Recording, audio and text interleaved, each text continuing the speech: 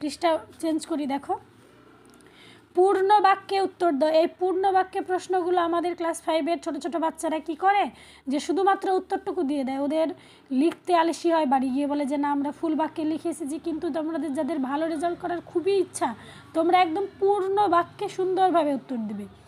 প্রেমেন্দ্র মিত্র কোন পত্রিকার সঙ্গে যুক্ত ছিল? যে মিষ্টি কবিতা প্রেমেন্দ্র মিত্র কোন পত্রিকার সঙ্গে যুক্ত ছিল? জটি পিসিমার ভালো নামটি কি? তোমরা সব থেকে ভালো হয় যদি এইভাবে লেখো যে এর লেখা এই গল্পে জটি পিসিমার ভালো নাম হলো এইভাবে লিখলে খুব ভালো হয়। একলা কবিতাটি কার লেখা? শুধুমাত্র একলা কবিতাটি কার লেখা না, তোমরা যতগুলো কবিতা আছে কবির নাম কাব্যগ্রন্থের নাম তোমরা অবশ্যই জেনে রাখবে, যে কোনো একটা তো পরীক্ষায় আসবেই।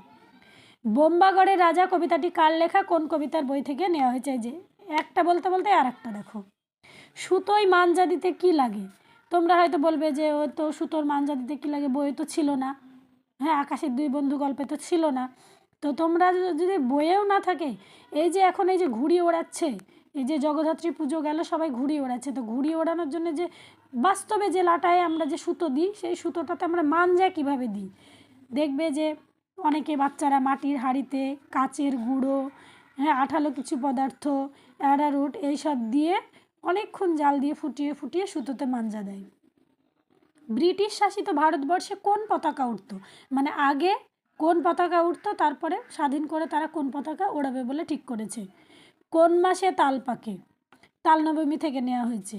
এটা বইয়েও যদি না থাকে তোমরা নিজেই পারবে যে কী মাসে তাল পাকে, বাড়িতে তালের কী কী খাবার তৈরি করা হয়। শুধুমাত্র কোন মাসে তাল পাকে জানবে না, যে তালের কী কী খাবার হয় সেই খাবারের নামগুলো আসতে পারে। চড়াই উতরাই রাস্তা কোথায় দেখা যায়? আবার এরম আসতে পারে যে চড়াই উতরাই রাস্তা কাকে বলে, মানে কোনগুলোকে আমরা চড়াই উতরাই রাস্তা বলছি। আর কোথায় দেখা যায়? তো পাহাড়ি অঞ্চলে দেখা যায়। কারক কাকে বলে? আমি তোমাদের যতদিন ক্লাস নিয়েছি আমি সংজ্ঞা মুখস্থ থেকে বুঝে নিতে বলেছি, যে কারক কাকে বলে খুব ভালো করে বুঝিয়েছি। তোমাদের ব্যাকরণ নিয়ে যদি কোনো অসুবিধা হয় তোমরা আমাকে কমেন্ট বক্সে জানাবে যে ম্যাম আজ কারক নিয়ে বা আজ শব্দপদ নিয়ে বা যে এই নিয়ে আমাদেরকে একটা বুঝিয়ে ভিডিও দেন, তাহলে আমি সেরকম তোমাদেরকে একটা করে ভিডিও দিয়ে দেবো। সাহেব ও বিদ্বান শব্দ দুটির লিঙ্গ পরিবর্তন করো। তাহলে সাহেব মেম সাহেব, আর বিদ্বান থেকে বিদুষী, বিদ্বানটা যেহেতু একটু ব্যতিক্রমী তাই আমি তোমাদেরকে বলে দিলাম। আর যেগুলো খুব সহজ আমি বললাম না উত্তর, তোমরা কেউ যদি না পারো কোনো দ্বিধাদ্বন্দ্ব করবে না, আমাকে কমেন্ট বক্সে কমেন্ট করবে, আমি যত তাড়াতাড়ি সম্ভব উত্তর দিয়ে দেব। তারপরে দেখো সন্ধি বিচ্ছেদ। রান্না ও গোষ্পদ খুব সহজ দুটো সন্ধি বিচ্ছেদ দিয়েছে। সম্বোধন পদ কাকে বলে? তোমাদের কারক যেহেতু আছে, কারকের শেষের দিকে অকারকে দুটো ভাগ আছে, সম্বন্ধ পদ আর সম্বোধন পদ। তাও যদি না পারো আমাকে কমেন্ট করবে, আমি কারক নিয়ে একদিন আলোচনা করব। অতি সংক্ষেপে উত্তর দাও। এগুলো যেহেতু 2 মার্কের, অবশ্যই গল্পের নাম এবং লেখকের নাম উল্লেখ করে উত্তরটা লিখবে। ক্ষুদিরাম ভট্টাচার্যের আর্থিক অবস্থা কে ছিল?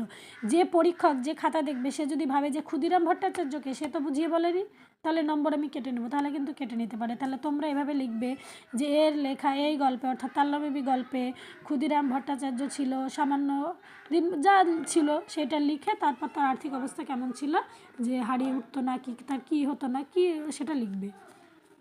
সাংঘাতিক কাণ্ড, সাংঘাতিক কাণ্ডটি কী? তাহলে এটা যেহেতু বইয়ের লাইন, গল্পের লাইন, তাই অবশ্যই লিখতে হবে যে আলোচ্য লাইনটি অমুকের লেখা অমুক গল্প থেকে নেওয়া হয়েছে। তারপরে সাংঘাতিক কাণ্ডটি হলো বলে হাইফেন দিয়ে উত্তরটা লিখবে। আকাশের দুই বন্ধু গল্পের ঘুড়ি দুটির নাম কি? দুই বন্ধুর থেকে অটুট রাখতে তারা কী সিদ্ধান্ত নিয়েছিল? এটা প্যারাচেঞ্জ, এটা 1 নম্বর, এটা 1 নম্বর। তবুও লিখবে যে শৈলেন ঘোষের লেখা আকাশের দুই বন্ধু গল্পে ঘুড়ি দুটির নাম ছিল চাঁদিয়াল ও পেটকাটা। দিয়ে প্যারা চেঞ্জ করবে অবশ্যই, এখানে যেহেতু দুটো কোয়েশ্চেন অবশ্যই প্যারা চেঞ্জ করবে। তারপরে তারা বন্ধুর থেকে অটুট রাখতে কী সিদ্ধান্ত নিয়েছিল সেটা লিখবে। মাস্টারদার প্রকৃত নাম কি? তাহলে মাস্টারদা গল্পে মাস্টারদার প্রকৃত নাম ছিল এই, তাই বলে প্যারা চেঞ্জ করে তার দৃষ্টিতে দুজন আদর্শ পুরুষের নাম লেখো। তাহলে আদর্শ পুরুষের নাম লিখতে হবে। চুপ থাকাটাও বাজনা বাজায়। কখন কবির একলা মনের কোণে চুপ থাকাটা বাজনা বাজায়? তো একলা কবিতায় কবির মনে চুপ থাকাটা কখন বাজনা বাজায়? কবির নাম, কাব্যগ্রন্থের নাম, কবিতার নাম লিখলে 2-এ 2 পাওয়া যাবে। চিবিয়ে খেতে হয় বলে আখ মিষ্টি সবার চাইতে, উদ্ধৃতাংশের অর্থ নিতে অর্থ বুঝিয়ে লেখো। এই লাইনটা কোন গল্পের লাস্ট লাইন? হ্যাঁ, খুব সহজ একটা সুন্দর গল্পের লাস্ট লাইন। এই লাইনটা কোন গল্পের কার লেখা লিখে তারপর এইটার মানেটা শুধু লিখবে। এটা গল্পে থেকে কিছু দেয়নি যে আখ চিবিয়ে খেতে হয় বলে কেন মিষ্টি। পরীক্ষায় যতগুলো কোয়েশ্চেন আছে তার মাঝে মধ্যে সব থেকে সহজে স্তম্ভ মেলানো। মা পাখি কি করে? পিটপিট করে দেখে, কিচিরমিচির করে, ডিমে তা দেয়। তো মা পাখি ডিমে তা দেয়। ছানা পোনাগুলো কি করে? এই যে তোমরা বাচ্চারা কি করো? কিচিরমিচির করো, এই যে কিচিরমিচির করে। চোখ, চোখ কি হয়? বাজে না ফোটে? ফুল কি হয়? ফোটে না বয়ে যায়? নদী কি হয়? বয়ে যায় না ফোটে? এই যে এখানে প্রশ্ন, অর্থ লিখে মূল শব্দ দিয়ে বাক্য রচনা। আমি প্রতিটা ক্লাসের জন্য এই কথাটা বারবার বলি যে অর্থ লিখে মূল শব্দ দিয়ে বাক্য রচনা। এই যে এটা মূল শব্দ সাধ্য, সাধ্য মানে আমাকে ক্ষমতাটা লিখতে হবে, কিন্তু অনেকেই ওই ক্ষমতা দিয়ে বাক্য রচনা শুরু করে দাও। কিন্তু আমি সাধ্য মানে ক্ষমতা ব্যাকেটে লিখব, তারপর হাই পেন দিয়ে আমি এই সাধ্য দিয়ে বাক্য রচনা করবো, যে মূল শব্দ দিয়ে বাক্য রচনা। আর যদি বলতো যে অর্থ লিখে তা দিয়ে বাক্য রচনা করো, তাহলে সাধ্য মানে ক্ষমতা লিখতাম, ক্ষমতা দিয়ে আমি বাক্য রচনা করতাম। তাই এই হেডলাইন কোয়েশ্চেনের ডিরেকশান কি বলতে চেয়েছে সেটা আমাদেরকে আগে বুঝতে হবে। তাহলে অর্থ লিখে মূল শব্দ দিয়ে লিখবে, মুক্ত মানে ওস্তাদ মানে যজমান মানে লিখে লিখবে। সমার্থক শব্দ 2 আছে, তার মানে একটায় হাফ করে, তাহলে একটা লিখলেও তোমাদেরকে হাফ দিয়েই দিবে। তাহলে যদি সঠিক না জানো একটাই লিখবে, দুটো লিখে আবার ভুল করবে না। তো আকাশের সমার্থক শব্দ তোমরা অনেকগুলো জানবে, আমার মিনিমাম মনে হয় যে তোমরা 4-5টা করে লিখতে পারবেই। বন্ধু, নদী, সূর্য সবই পারবে।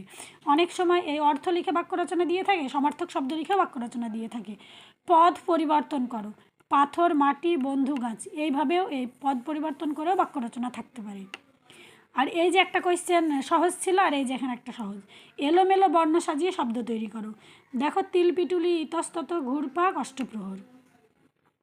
বিপরীত শব্দ, মিষ্টি, চড়াই, আগ্রহ, আশীর্বাদ। আমরা যদি বিপরীত শব্দ এক্স্যাক্ট না পারি, সবাই পারবে, ক্লাস 5-এ সবাই পারবে আমি জানি, তবুও যদি বলছি ধরো মিষ্টি তোমরা এক্স্যাক্ট পারলে না, বা চড়াই এক্স্যাক্ট পারলে না, মানে চড়াই মানে কি সেটা জেনে নিবে, তার একটা বিপরীত সেম ওয়ার্ড হলেই হবে, মানে সেম শব্দ। চড়াই ধরো আশীর্বাদ, আশীর্বাদ মানে কি? ভালো চা, তাহলে খারাপ চা। তাহলে আমি আশীর্বাদ থেকে যদি অভিশাপ কথাটা আমি নাও জানতে পারি, হয়তো আমি জানি না, তাহলে আমি আশীর্বাদ করা মানে কি মনে মনে ভেবে নেবে যে আশীর্বাদ করা মানে কি, আশীর্বাদ মানে তো ভালো চাওয়া, তাহলে খারাপ চাওয়া। তাহলে সেই লিখলেও কিন্তু অনেক সময় নম্বর পেয়ে যায়, কিন্তু তোমরা এক্স্যাক্ট লেখার চেষ্টা করবে। 3 মার্কের কোয়েশ্চেন অবশ্যই উৎস লিখবে। উৎস মানে এটাই বোঝাতে চাইছি যে যা থেকে কোয়েশ্চেনটা নেওয়া হয়েছে সেই লেখকের নাম, কবি, লেখাটা কোথা থেকে নেওয়া হয়েছে, অর্থাৎ মূল গ্রন্থের নাম লিখে তারপর তোমরা উত্তর লিখবে, 3-এর 3 পেয়ে যাবে। বোম্বাগড়ের রাজা কবিতার বিষয়বস্তু, যে বিষয়বস্তু আছে মানেই তোমাদেরকে বোম্বাগড়ের রাজা কবিতাটা কোন গ্রন্থ থেকে, কোন বইয়ের অন্তর্গত থেকে নেওয়া হয়েছে বা কোন বই থেকে নেওয়া হয়েছে সেটা লিখে তারপর পুরো সংক্ষেপে লিখবে। কারক অকারক নির্ণয় করতে বলেছে, যেটাই কারক আছে কারক, যেটাই অকারক আছে অকারক। বিভক্তি অনুসর্গ চিহ্নিত করতে বলেছে, তো সবটাই যে অনুসর্গ থাকবে তার কোনো মানে নেই। এই যে জল থেকে, এই থেকেটা হলো অনুসর্গ, অব্যয় পদ, তাই এটাকে বলা হচ্ছে অনুসর্গ। জল থেকে উঠে আসবে, কোথা থেকে উঠে আসবে? জল, জল থেকে উঠে আসবে, তাহলে থেকে অনুসর্গ আছে। অন্ধজনে দেহ আলো, এই যে এটা তোমরা যদি মানে না বুঝতে পারো তাহলে বুঝতে পারবে না যে দেহ মানে কিন্তু শরীর না, দেহ মানে দাও।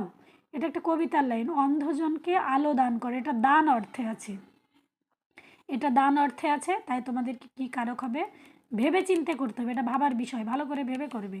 ভাদ্রের শেষে আউশ ধান চাষিদের ঘরে উঠলো, এই যে চাষির সঙ্গে দের যোগ আছে, র এর দের যোগ থাকলে আমরা তোমাদেরকে শিখিয়েছি কারক হয় না, অকারক হয়। তারপরে দেখো, রচনাধর্মী বা নিজের ভাষায় লিখতে হবে বোধমূলক কোয়েশ্চেন, 5 মার্কের, 5 মার্কের 2টো করতে বলেছে। তো বর্ষা রাতে গোপালের দেখা স্বপ্ন কিভাবে মিথ্যে হয়ে গেল, তো এই যে গোপালের দেখা তাল নবীবী গল্পটা কোথা থেকে নেওয়া হয়েছে সেটা তো লিখলে, প্যারা চেঞ্জ করে 2-3টে প্যারায় ভাগ করে পুরো উত্তরটা লিখে আবার শেষে একটা উপসংহার লিখবে। আকাশের 2 বন্ধু, এই যে ভাগ কোয়েশ্চেনগুলোতে বেশি নম্বর ওঠে, 1+1+2, তোমরা এগুলো করার চেষ্টা করবে।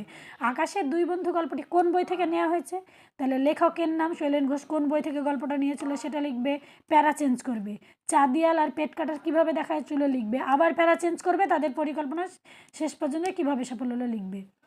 দিনলিপির আকারে নিজের জন্মদিন কিভাবে কাটলো তা লেখো, 5 মার্কের। দিনলিপি মানে ডায়েরি, ডায়েরি আমরা বলেছি যে যেদিন তোমাদের জন্মদিন সেই দিনটা কিভাবে কাটলো। তো তোমরা মনে হবে যেন লেখায় নিজস্বতা থাকে, নিজস্বতা এভাবেই থাকে, কোনো মুখস্থ লিখবা না। তোমার জন্মদিনে তুমি কিভাবে কাটলে, সকালে ঘুম থেকে উঠলে তোমার বাড়িতে কীভাবে ঘটলো, প্রথমে আগে সেই তারিখটা লিখবে, তারিখ লিখে সেই বার লিখবে, বার লিখে হাইফেন দিয়ে তখন তোমরা লিখতে শুরু করবে যে প্রথমে ঘুম থেকে উঠলাম, আমার মনেই ছিল না যে আমার জন্মদিন, বা যে যেভাবে বানিয়ে লিখতে পারো, যে আমি যা বলবো তাই লিখতে হবে তা না, নিজের মতো করে তোমার যেমন কাটলো।